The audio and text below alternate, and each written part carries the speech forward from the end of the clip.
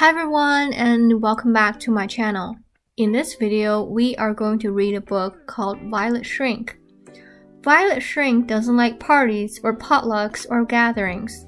Lots of people and lots of noise make her palms sweat and her stomach ache. She would much rather listen to music through her purple headphones or make her own comic books in her room, but Violet's dad thinks parties are good for her. At her cousin's birthday party, Violet hides under the table and imagines she is a shark hunting for sandwiches. At her aunt and uncle's anniversary bash, she sits alone at the top of the stairs, imagining she is a snake up in a tree, though she longs for a piece of cake. But when Violet learns that the Shrink family reunion is fast approaching, she finally musters up the courage to have a talk with her dad. Let's find out together what exactly happened. Violet Shrink wears glasses like her father, Victor, but has much more hair on her head. She likes to listen to music through her purple headphones and make her own comic books under a tent of blankets in her room. At school, when it's time to play outside, Violet likes to spend the time alone. She collects leaves, stones, and dandelions to bring home and put on her windowsill. Violet likes birds, especially the birds that visit the feeder in her backyard every day. There are things Violet doesn't like too. Violet doesn't like celery in her soup. She doesn't like brand new crayons breaking the first time she uses them. She doesn't like finding hairs on the kitchen table, even if they are her own. And parties. Violet really doesn't like parties. Her father reminds her that she likes cake, music, and games, and those are all things you can find at parties. Violet wants to tell her father that while she likes all those things, she doesn't like them all at the same time. Being around a lot of people makes her palms sweat. Sometimes her ears feel hot, or her stomach aches. Sometimes she squeezes her teeth together so hard that her head hurts. Violet loves her father very much, even though he often gets her to go to a party by using a word she's never heard before. A word like reception, or function, or potluck.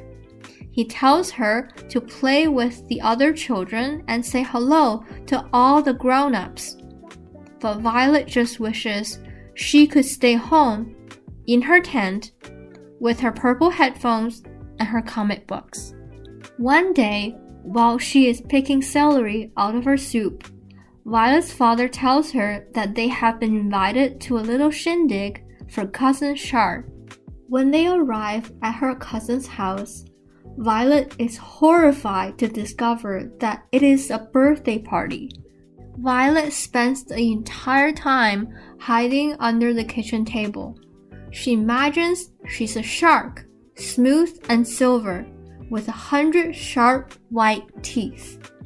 She swims in circles and loop-de-loops, hunting for sandwiches to eat. Her ears don't feel hot anymore because sharks don't have ears that stick out the way hers do. And her palms aren't sweating because sharks don't have hands. Just 2 weeks later, Violet's father tells her they are going to an anniversary bash for Auntie Marlene and Uncle Laley. The word bash reminds her of loud things like drums, fireworks, or pots and pans banging together. Sure enough, bash turns out to be another word for party. Make sure you say hello to everyone, Violet, and play with your cousins, her father says when they get there. No hiding under tables today, okay? Violet wipes her sweaty palms on her pants and squeezes her teeth together until her head hurts. She doesn't hide under a table. Instead, She sits quietly at the top of the stairs where no one can see her, legs dangling between the banisters. She imagines she's a snake, gold and green as a dandelion, wrapped around the branch of a very tall tree. Balanced on the branch below is the chocolatiest slice of the chocolate cake. Violet knows her father isn't trying to be mean. He wants her to go to parties for the same reason he keeps putting celery in her soup. He thinks it is good for her.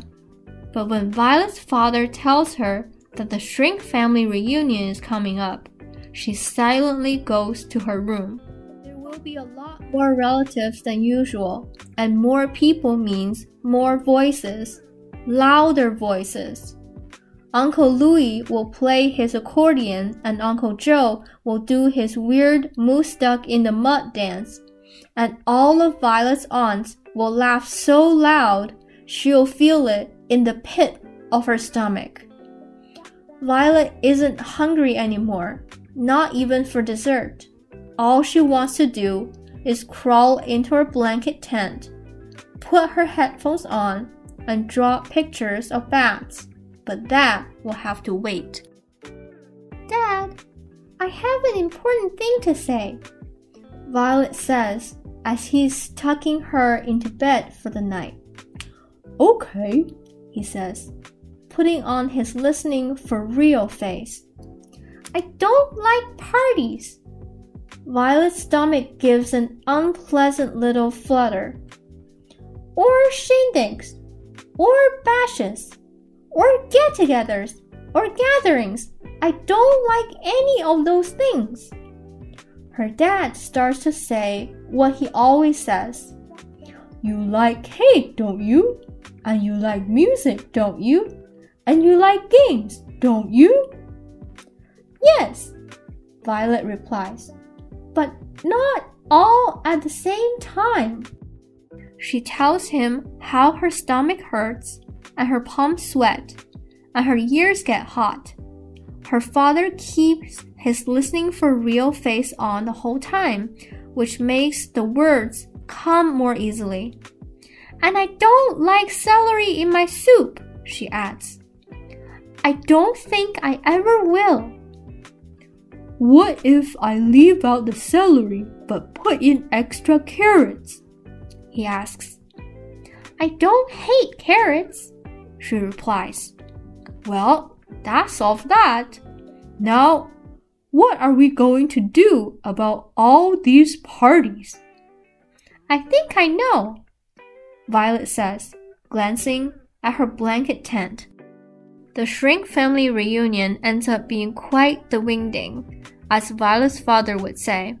As expected, Uncle Louis plays the accordion and Uncle Joe teaches all her cousins how to do his weird moose-stuck-in-the-mud dance.